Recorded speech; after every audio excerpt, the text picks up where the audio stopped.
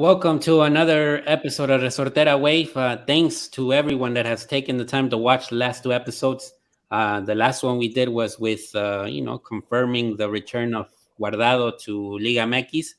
And today we're gonna do something fun. We'll dive into it a little bit in a couple of minutes. But Oscar, good seeing you. With the Red Sox gear on today. I mean, yeah, I had to rep after your Texans got eliminated this past weekend, so Híjoles. I have to remind you, like, City of Champions, what we're made out of. I This think I is what think the it looks like. Celtics beat the Rockets last night as well. I think. También. But the Celtics are pretty good this season. They look like they're gonna compete for the title for sure. No, hopefully. I mean, I think we've been good the last 4 or 5 years. It's just we got to get it over the line. But You gotta get that ring. ojalá, let's see what happens. Let's see what happens. So as we speak right now, certain news going on in Mexican football. Ricardo Peláez is gonna go to ESPN. He's gonna be on Fútbol Picante. He no longer is in Televisa, considering how successful his Televisa stint was, with Los Maestros and everything. They made it Faitelson goes to Televisa. Ricardo's like, I'm out, and and it was a switch of personalities, no? Ricardo goes back to ESPN. That's part of the move. Arteaga will be confirmed from Gang to Rayados. Rayados basically now has the two left backs that have been in the national team in the last 4 years. Arteaga's the bench of Gallardo in the national team. So I don't know how that's going to work. I mean, I've heard the rumor that Ortiz is looking at Gallardo as possibility as a midfielder, a volante, and Arteaga as the left back. So that's something to keep in mind with this move. I haven't been following that much the news also with Monterrey and Santos, with the fan that passed away, the whole disaster there. Another case of poor management, I would say, in terms of protecting the fans. So it's another asterisk, I think, on Liga MX. Do you know any more info on that, Oscar? I mean, I've just been following it kind of on Twitter and stuff. No, similar to you, it just kind of like suddenly, I guess, and it just broke out more than anything out of nowhere. But yeah, apparently someone has passed away, unfortunately, and along with other people hurt. But yeah, I Yeah, think yeah. you hit it nail on the head there. Just I don't want to say typical, but I think just what It's you see something in that Liga needs to be MX. improved, no? Yeah, Liga Very, MX, very, just the especially when it's organization needs to be improved in Liga MX. and it's very serious whenever it's innocent people. I mean, the hooligans and stuff like that get in fights and everything. Yeah, but like when it's someone that is just common, I mean, but based on what I've seen, is an old lady, was making a trip to Torreon to support Monterrey, the Rayados, and the whole team is de luto at the moment. So we'll see what the developments are there. But yeah, I think here the point of the show today is Guardado's coming back. Guardado in the next hours, will be presented in León. I believe tomorrow, Tuesday, we're recording today, Monday, the 22nd of January, but the 23rd of January, León will present Guardado to the fan base over there in León, Guanajuato. Big deal because I don't know if you saw, Oscar, the way that he got, his despedida from Betis was one of the best that I've ever seen. I mean, from the press conference the day before, which was a good hour, 30-minute event, to the event that happened before the match against Barcelona. I mean, he got Standing guard. the standing guard from Barcelona players and Betis. So I think that's very special. And the way the fan base chanted his name, no? I think it's some of the best scenes of Mexican football in a while, no? And I think Guardado has been involved in many. I mean, we can't forget how PSV also said goodbye to him. I think it was very, very special, no? So great sights, no, from Spain and specifically from what Guardado has been able to do over there in Europe. No, without a doubt, I think, like you said, it was just a beautiful moment for him. I think for MX football. But yeah, unfortunately they lost, right, pretty badly. Yeah. No, they tied the game 2-2. Yeah, Isco was brilliant, and then Barcelona, Joao Felix, amazing goal. What a Um, resurgence by Isco, by the way. yeah, it was. He was. I thought he was lost, but the skill never leaves the footballer. He's been tremendous. No, when he played for Malaga, I remember in Real Madrid, he had good moments. And now it was sparks. But Betis is going through a transformation. I can tell already. With the departure of Canales, the departure of Guardado, it's a new guard of players. So I don't know what really we're gonna see from Betis in the next weeks or months. But yeah, we're recording the show today and comparing lists. I'm gonna compare the list of 2014 in the World Cup, the one that Piojo coached, to the one currently. The players available with European experience. In my opinion, the fact that Guardado is coming back to Mexico, I think it closes the door, of that generation of the Morenos, the Giovannis, the Chicharitos. Um, I think the fact that he's back, I know Ochoa is still over there. I can't believe he's still over there, but he is over there. But I think Guardado really signifies he closes the door. And now a new generation needs to begin, and we're gonna just check out the names that we have available right now, and see really what the state of the national team is really. Try to be as clear as possible. So I'm gonna go real quick to that list. So first, the 2014, when Piojo Herrera gives that list before Brazil, Diego Reyes was in Europe, Hector Herrera. I think both were in Oporto. Giovanni was in Villarreal, Ochoa was in Ajaxio, Chicharito was in Man U, Moreno in Español, Guardado in Leverkusen, Aquino in Villarreal. Players that were included also in that list that had experience in Europe, I think that's the key here. Massa, his time in Stuttgart and PSV, Salcido, PSV, Fulham, Rafa, ni se diga. I mean, I think the experience on Barca, but make emphasis that he was coming off the bicampeonato in Leon as well. So it was a good level, Rafa. And Layun, who had played in Italy before heading to America. So when you look at that list, Oscar, what stands out about those names? I mean, it's 1, 2, 3, 4, 5, 6, 7, 8, 9, 10, 11, 12 players with European experience, no, in that roster for the World Cup. Hmm.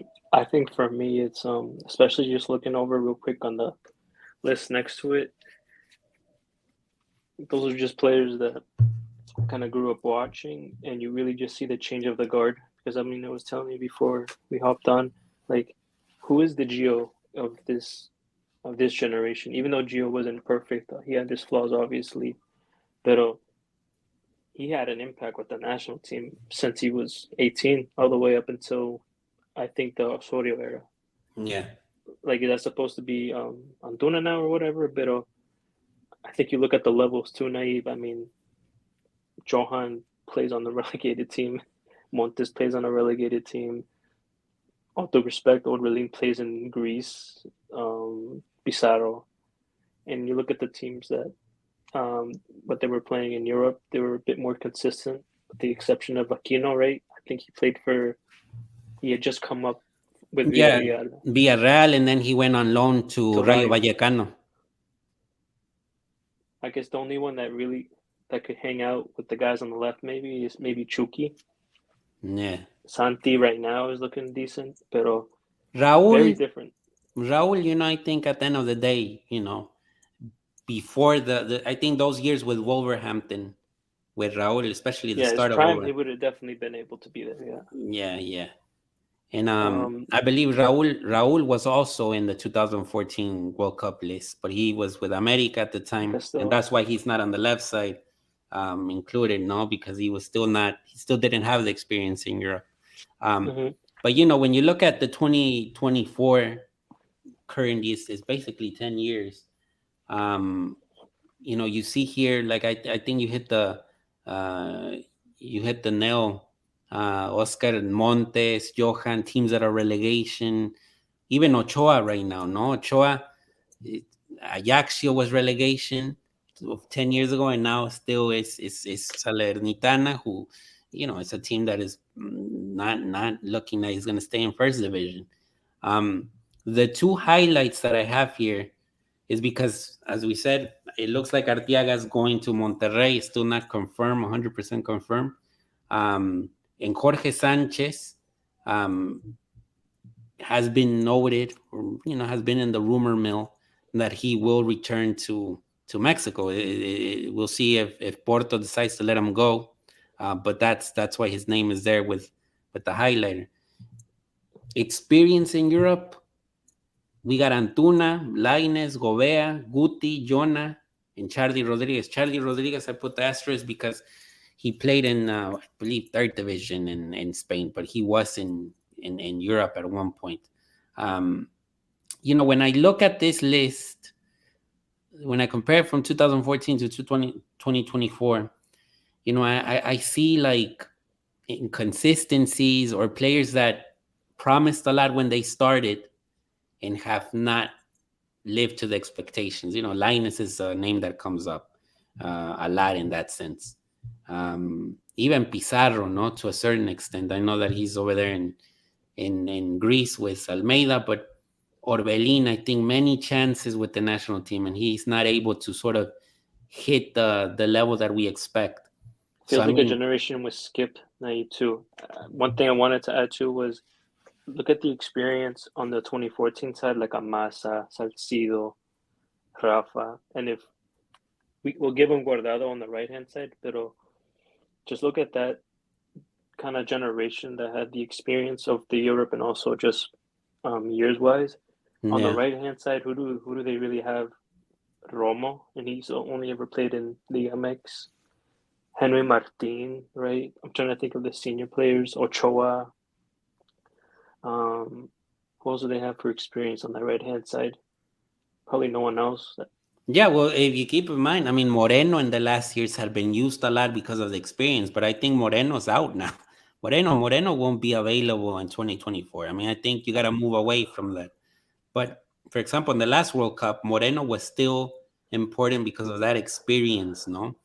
And it just shows the lack of, the processes that haven't been adequately done with the players. I mean, it's very worrisome that, for example, Arteaga couldn't do it in Genk in Belgium. It's Belgium.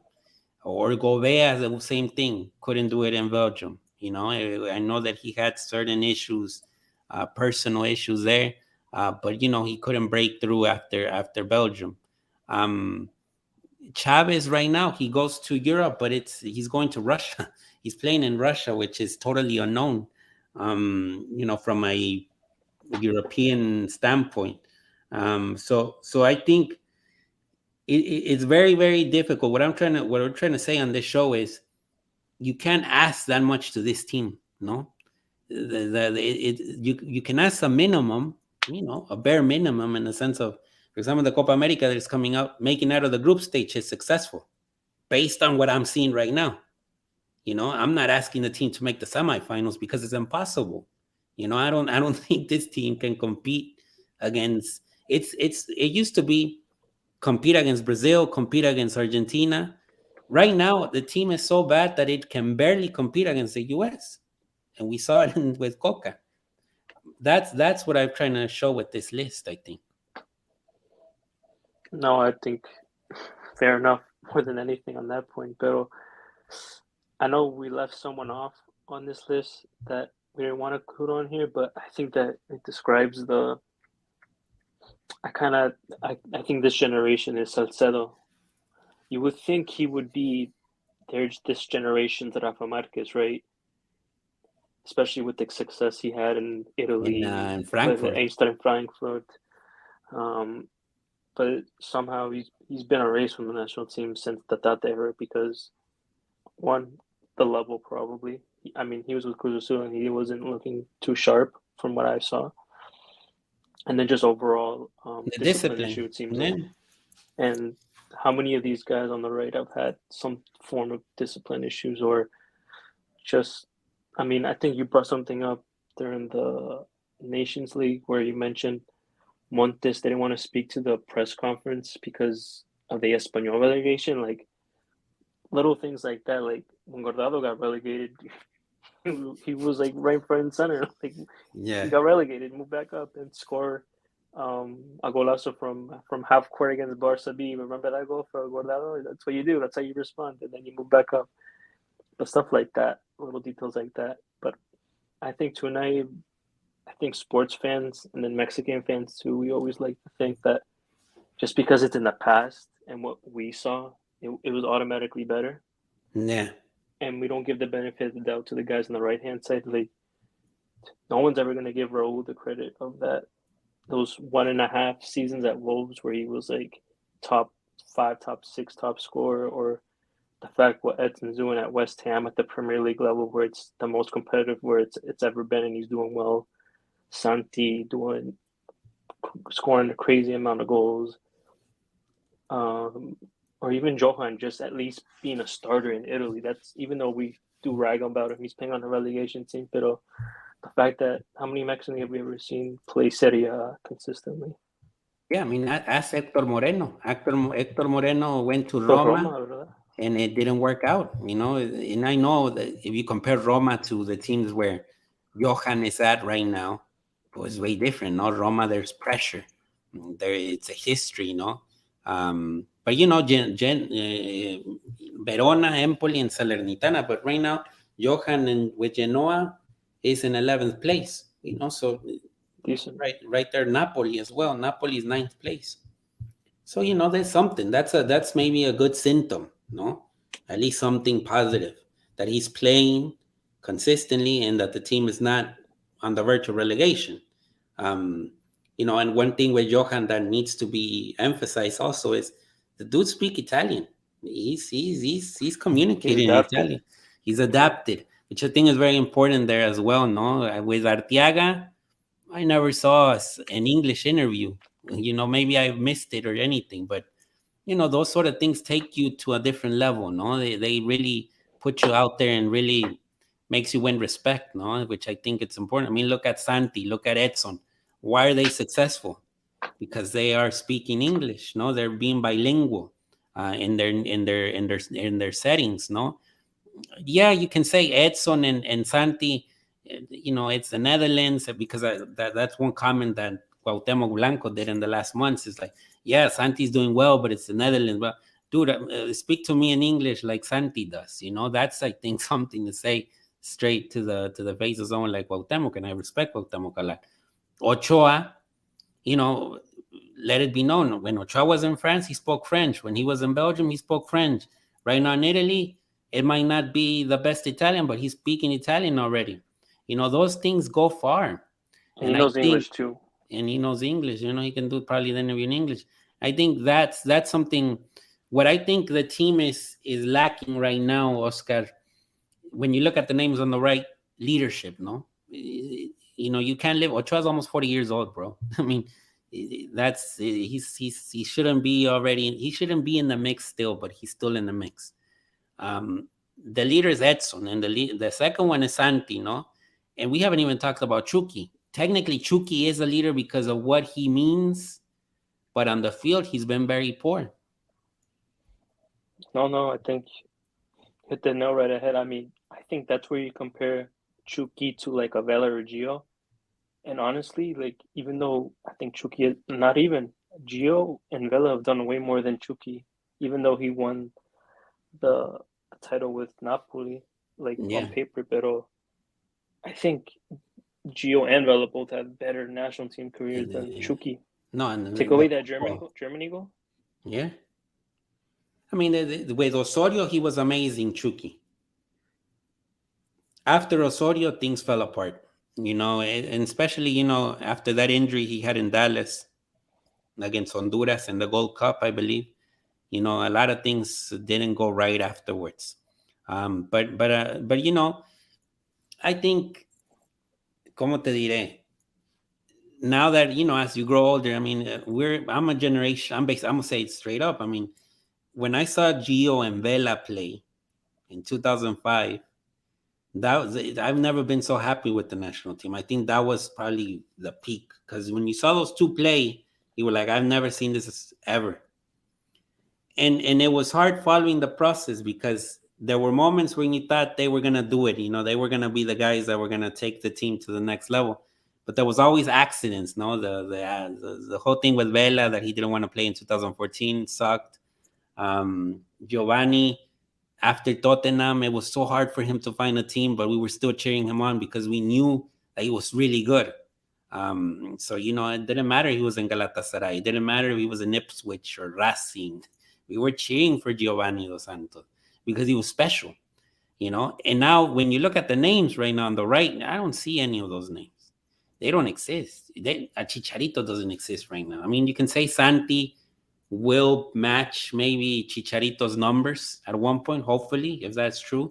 But we have seen that it hasn't been easy for Santi Jimenez in a national team. That he's missed penalties. You can see that he has a lot of pressure. Fundamentally, I think the team lacks a style that doesn't fit him specifically. So it's sort of like they have to find the right fit for him in order for him to start scoring goals. But it is a strange moment for Mexico. I'd say. It is a. You can say that it's strange because what was in the past was way better than what's in the present. I think that's what it is. Because you can say, "Oh, it's a fresh start, perfect. The national team could get better," but in reality, no. I mean, I think that what we saw in the last years was maybe not the ordinary. No, I mean, I think it was actually pretty special. I mean, that's what they said. That's our golden generation, right? And Yeah. the thing is, when a golden generation for Mexico, look at that generation did the youth tournaments, the gold medal, the gold cup, coming back in 2011 for Gio, third place finish in the under 20s, all those under 17s. And then I feel like after that, there was like a big gap with that generation, like Salcedo generation, Shuki generation, because people don't like talking Orbelin, about this too. Orbelin, Orbelin, yeah, they crashed out of the group stage when it came time to defend that gold medal. People don't talk about that. yeah. And then this generation again failed to qualify for the Olympics as well. And then a lot of those generations too didn't do well in those youth tournaments either. So I think that's just that gap because I mean you look at the Rafa Salcido generation. No, Literally right after that was Gio and Vela generation, and they stepped up, or at least they stepped up the Mexican way, right? Of like they didn't feel like being the Barcelona star, the Arsenal star, but they still did something and left something. no. Versus that next generation of like the Chukis, Salcedos, no one really stepped up. The That Gutis, generation, Gutis also part of Gutis, that generation, yeah. Which they're technically good, Diego but they Reyes, they look at him, he they weren't able to capitalize, or they didn't become Cheton. good veterans, good veterans. I think that's the thing because, for example, when you look at Rafa, Salcido, Massa, when they arrived to 2014, they were quote unquote veterans. They with experience, and they played with experience, and you saw that the way that they took on the challenges. Um, and the reason I go back to 2014 a lot is because someone like Hector Moreno, and I respect Hector a lot because of what he did in Europe. He really felt that that was the team that was going to go to the quarterfinals. I mean, and unfortunately, Moreno gets injured against the Netherlands, and you got to make switches. Diego Reyes comes in and everything. But I think if Moreno would have been in the back in that game, I don't know if that disaster at the end happens because Moreno transmitted a lot of calm, a lot of paciencia with the ball, excellent on the ball.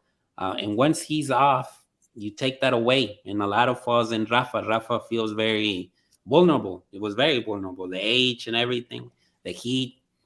So it is what it is, no? Of going back and reminiscing these moments, but We got to talk about that game tactically, porque I think Piojo made mistakes. no, yeah, he looked very very bad, I think, and then maybe, Because I think about mean, it, ese goal, Diego Reyes, he went in at 19. He must have been just nervous as hell yeah, coming in. And then you put in Aquino for Gio. No.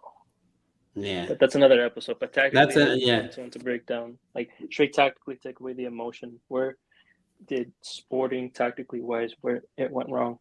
Yeah, yeah. So I mean, that's a good possibility in the future. But yeah, I mean, we'll see. Look, the situation is gonna be very very interesting to see for the national team, especially in March, and then of course the Copa America. The issue might be, I think it's a mixture of inexperience with Jimmy, what's gonna happen in the next months, but also what he has available. It's not so good, you know. I think that's what it is. It's not so good, and when you have a mixture of a not so good roster with an experienced manager, it's a bad. I feel it is a bad. ¿Cómo se dice? A bad Recipe. mixture, a bad, Yeah. bad recipe también. So we'll see. Any closing thoughts, Oscar, to the episode? No, I think I'm good. I for the most part on a downer, pero ojalá. Let's see what happens. We don't know yet. Yeah, I hope that we're proven wrong. No, that this analysis that we're doing right now, as we compare both moments, maybe it changes in the next months. But based on what we've seen many years, I'll just say uh, with this Nayib too. This group literally just needs to get out of the group stage and not lose by 7. If yeah, anything less than that, they did better than that generation in the Copa America. that is true. That is true. And but look, the thing about the 7-0 though, Oscar, Guardado was included there, no? Layun was there, Herrera was there, Chicharito was there. So technically, it's still part of that 2014. Not all of them, but a big chunk of That them is still that's there. what I mean. That's why I said like for how like good the left hand side was, también they were part of that. And if Jimmy can just squeeze out a 2-0 quarterfinal exit, then they've done better than that generation in the Copa America. Well, that's a good way to close it. So we'll find out. We'll find out if that actually happens. Thanks everyone for watching Resortera Wave. We'll come back next week with another episode. We'll try to figure out really another topic that fits what's going on in the moment in Mexican football. So thanks for watching. Yeah.